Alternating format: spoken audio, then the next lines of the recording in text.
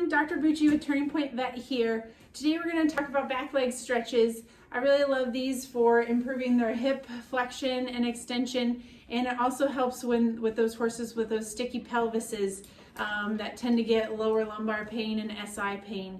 I like to do them in times like this when it's super cold outside and your horse can't go outside because it is iced up outside. So it's great to do in the cross ties just to help with their motion when it's really cold, help improve blood flow, but also before and after you ride to increase their mobility and help warm them up and cool them down. So the first one, we're going to do what I affectionately call a Farrier stretch. So this one is going to stretch out all of these muscles in the front of their legs. So in horses that get some sticky pelvises, some of them have trouble bringing their legs back, or sometimes you'll have the Farrier say like they're really stiff in their back end and they have a lot of trouble getting that hip further back. So this is something you're gonna do on a regular basis to help with that. So first of all, we always stand with our back facing their head so that if they are spicy that day and they decide to kick you, it's just gonna kick your knees out from under you and they're not gonna blow your knee and break anything. So I like to start by taking my hand and putting it at their stifle and going on the inside of their leg, and then just picking up like you would pick up their feet.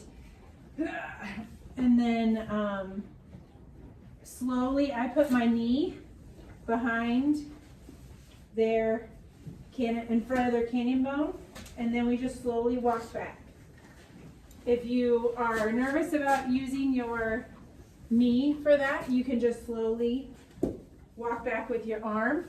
And I know it's hard to see, so I'm going to do what I said not to do. I'm going to turn around.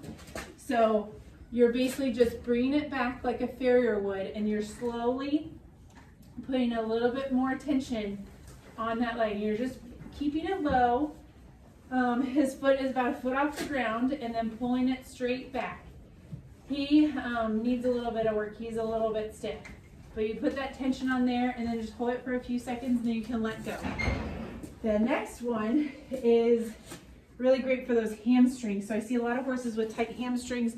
They have trouble bringing their legs up and really collecting and getting that back foot in line with the other one. So for this, we're going to do the same thing. We're going to stand like we're supposed to. We're going to bring our hand down to pick up their foot like we would when we pick it out.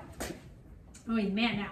And then we're going to keep it low to the ground. So I like to keep my hands cupped under their fetlock, and you are just going to come toward his front foot. Oh, he doesn't like it because his hamstrings are tight. Can I have it back there? No, that's not what we're doing. So we're going to pick it up, and we're going to cup that fetlock, and then we're going to keep it close to the ground, and then we're just going to bring it toward that other front leg. Sometimes if you yourself have back trouble, you can take a lead rope and put it around that foot and bring it forward if they're really used to that. But then you slowly just give that traction, that little bit of pressure, and hold it for a few seconds. If they get mad, you can give them a break, and then just bring it forward again. So his foot is about 6 inches off the ground, and we're just bringing it forward toward that other front foot.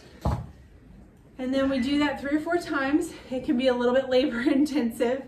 Like I said, you can use a lead rope or a wrap or something to try and help if you have lower back pain yourself or can't get down there.